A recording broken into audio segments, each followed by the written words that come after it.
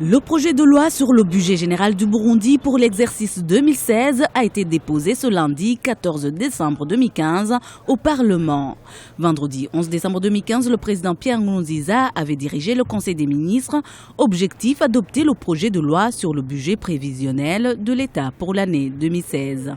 Les prévisions des recettes globales pour l'exercice 2016 sont estimées à 1126,6 milliards francs burundais, soit 729 222 404 $ et les charges du budget général de l'État sont estimées à 1253,6 milliards francs burundais, soit 811 426 598 $.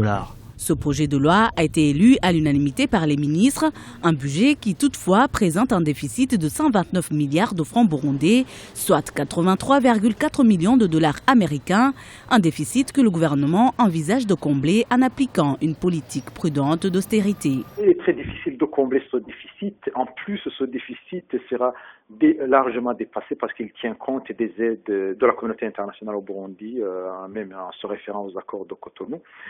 Mais pour le moment, le gouvernement prévoit la suppression des subventions au marché public et aussi, que toute ONG recevant des devises de l'étranger, des aides, que ça transite par la Banque centrale, mais ne comblera pas le déficit de l'État.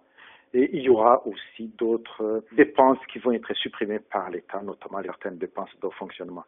Mais toujours faut-il souligner que c'est un budget, je dirais, qui est en fait défini à court terme, sans les préalables, sans aussi tout ce qui pourra se passer compte tenu de ce qui se prépare, de tout ce qui se fait au Burundi, éventuellement si jamais il y a des négociations.